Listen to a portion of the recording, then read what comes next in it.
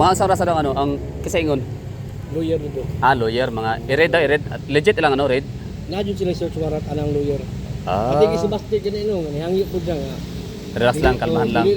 Dili na to sila suklan, pasag na. Pero pwede ra kita mo ano mo palibot, pwede ra. Pwede ra palibot Mo bantay, oh.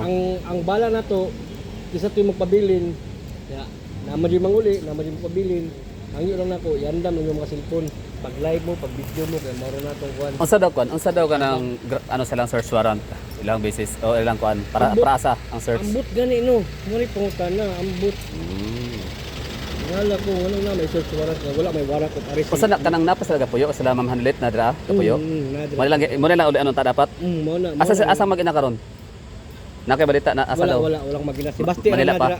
Basti ra na. Ah, okay. Mga kuan na pasing si Basti. Okay. Ang nagpabilin diyan mga kapitan na lang kuan, mga lawyer ni Basti. Pero pwede ra gyud daw ta mga taga Davao mo ano mo Pwede ra. Palibot. Pwede ra palibot, pwede ra. di lagi magwal do sa pa. Ang nangyo na po ng lawyer nga basig na lagi day mo pabuang-buang babasig na mukalit rag kuan dasmag sa mga pulis. Hangyo sila nga dili unta may tabo.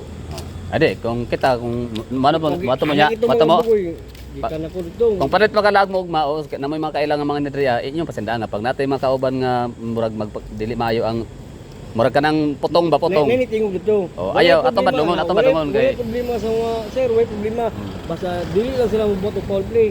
Basta nang manakit sila ana unya. Basta nang basta wala lang sila makita foul play. Kaya kung sunada lagi mga tao lagi. Oh, basta ano. Lagi mga Kay kung ako'y kailangan mo diri akong inunda nga pasendaan ako daan nga dili. Ayaw. Ayaw nang jud kinahangyo Okay. ba si Basti jud.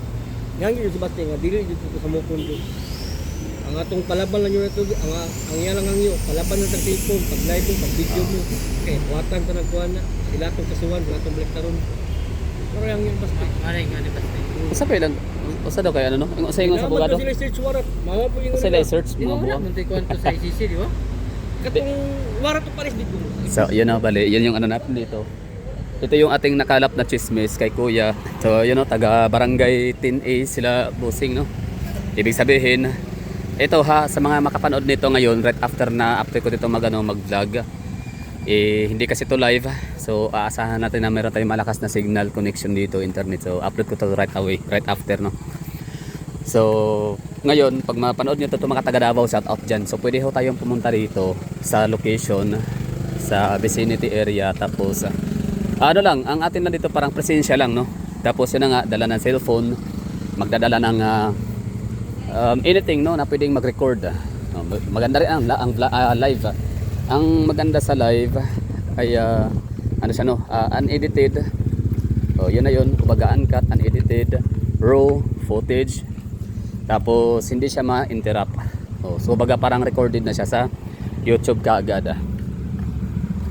So hindi siya mabura, ma-delete, no. Although pwede siyang ipagbawal, ipa-delete sa. Pero syempre pag pag live kasi, at kayo naman ito pala manonood ng live streaming, no. Bukas mamaya kasi sabi nga ni Kuya daw, umaga daw, no. Ang sabi ng abogado na possible mga morning mamaya. Actually morning na ngayon eh. So mga baka alas 5, alas 6, alas 7 tingnan natin, no, kasi si General Torre kilala natin ng Galawan. So kayong mga nanonood ng live live streaming, pwede niyo i-record, screen recording kasi just in case na yung nagla-live record i-cut off nila, i-interrupt, tapos yun na nga ipapabura sa kanilang mga official account. At least meron kayong copy. Yun po yung natin, yung pinaka the best, no, na gagawin natin. Kasi ang purpose lang naman yan ay baga just in case ba meron silang gagawing hindi maganda itong mga tropa, no, ni General Torre, at least meron tayong copy. Mawala man yung sa original na video, at least na circulate na natin through social media. Asa mong lugar? Boulevard. Gyud. Kuan daw mga matod pa sa Camartes Puntos unahan, mga buntag lagi daw i-raid ba, search warrant. Kadlawon man daw karon. Kardo kadlawon. So kung namoy mga kaila, imbitaha diri paingon. Metong ba dagan-dagan punta mo ba? Dagan na sa Lumbala ba. Tama gyud angay. Baras kanyo. Tama gyud na kay kung rat-ratan ta, at least tama hurot po ilang magasin ba, di ba? Di lang yun sila magampo. Tama sa magasin ko niya ko. Tama daw magampo na yun lang nga. Basta mahurot yun lang. So, yun know, sabi nung kamarites sa kanina, ano nga daw, bali legit yung search warrant. And yun, pagka meron kayong kakilala mo, just in case na mapanood yung mga video na to, I mean aking vlog na to, punta kayo dito, tapos meron kayong kasama, pwede yun, no? Good yun, para sa presensya. Para maramdaman talaga nila na wala mang yaman itong mga Duterte na kagaya ng yaman ni Romualdez at ni Marcos. At least ang yaman nitong mga Duterte ay taong bayan. So yun yung kailang yung kailang pinaka power, no? Pinakayaman, yung backup sa ng mga Pilipino Filipino masses. So pag meron kayong kakilala, kayo pupunta kayo dito, tapos meron kayo isasama, paki-inform ba na wag magwala, wag magpakitang gilas. Chill lang, no? Kasi yun ang pakiusap ni Mayor Basti. Kasi kapag magkagulo kasi, delikado, no? Magkakaroon ng komosyon, so yun ang iiwasan. Pwedeng lang, presensya lang talaga. Komosyon, bawal. So dito tayo sa sa subdivision doon niya. Hindi ko na to kailangan sabihin. So ganito na lang, paano kayo makapunta dito pala? So address, ha. Kasi sa live ni Tito Tan, shout out. Kasama natin dito sa Davao na kasama natin na vlogger din sa Davao, mga update vlogger. So parang nabanggit niya talaga doon na hindi daw pwedeng banggitin yung lugar. So ganito na lang. Sige, hindi natin banggitin yung lugar kung saan ito located. Meron akong clue. Ang lugar na to dito is hindi talaga siya yung pang hindi siya subdivision ng mga pang extravagant subdivision. In fact, nakapasok na kami, oh. Di ba? Ganyan lang kasimple ang nila, ang lugar. Kasi kung extravagant, exclusive subdivision talaga to, kagaya ng mga Las Terrazas, mga Insular Village dito sa Davao. So ibig sabihin ganyan kayaman ang mga Duterte. Pero kita mo, di ba? Parang lang siya, no? Halos parang panganay lang to, no? Parang mas mayaman lang to ng konti sa mga local subdivision. Di ba? Parang initsi ngayon datingan, no? Pero hindi naman sinabi na parang initsi, parang siya. Kasi sa mga initsi kasi ng mga housing, no, alam na mayroon tayong nakikita mga gantong bahay, di ba? So ganyan lang ang kasimple ang pamilyang Duterte. So okay, location ng subdivision, hindi ko na kailangan ng address. Sakay kayo ng taxi, tatanungin na lang na saan banda ang bahay nila Tatay Digong. So yun lang, no? Makapunta na kayo dito, hatid na kayo nun. O kung meron kayo sasakyan, itatanong nyo lang sa mga sa taxi driver, parahin nyo ulit, o sa ibang mga kuan. Basta malapit lang, hindi naman to sekreto ang lugar ni Tatay Digong, kailang bahay kung saan.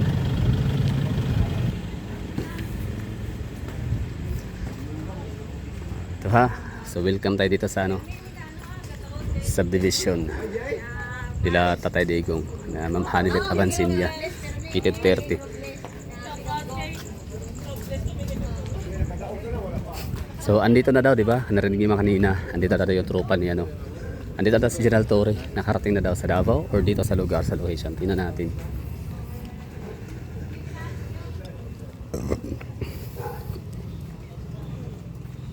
Yung mga dito, mga nagpupuntahan, yung mga taga Boulevard, taga Barangay 10A. So sa mga taga Davao na makapanood nito, pwede kayong pumunta dito. Update to dito, latest sa bahay ni Tatay Digong.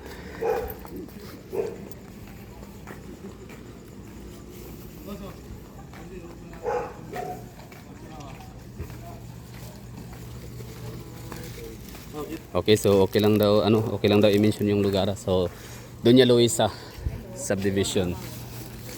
So punta kayo dito. Kailangan ng presensya natin. Kahit paano man lang, di ba? Syempre sa cellphone, ha. Kailangan try to make sure na full charge yung yung mga devices.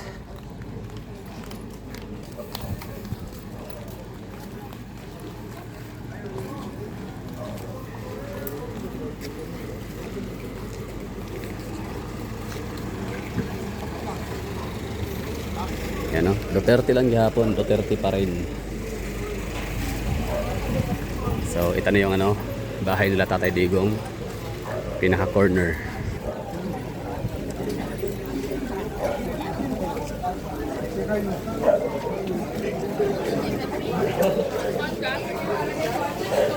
Yan o, kita. So, dito lang no, i-off ko na to dito para makapag-upload na ako. Para malaman nyo kung anong ganap dito. As of this very moment, so medyo wala pa namang tension or walang commotion. And I hope so, na wala talaga ano, hoping no, na walang mangyaring commotion talaga hanggang sa maisagawa nila yung ano, search warrant dito. Kasi nga, yun ang pakiusap ni Mayor Basti Duterte na kung maaari, wag magpakitang ano, mga motibo or mga ano, wag umasta no, na hindi nararapat. Like makipag-away, makipaggulo. So dapat kalmado lang, chill lang talaga dapat. Okay, so sa mga makapanood nito, pwede kayong pumunta rito ha, Doña Luisa Subdivision. Dito lang sa ano to, malapit sa may SM Ecolanda.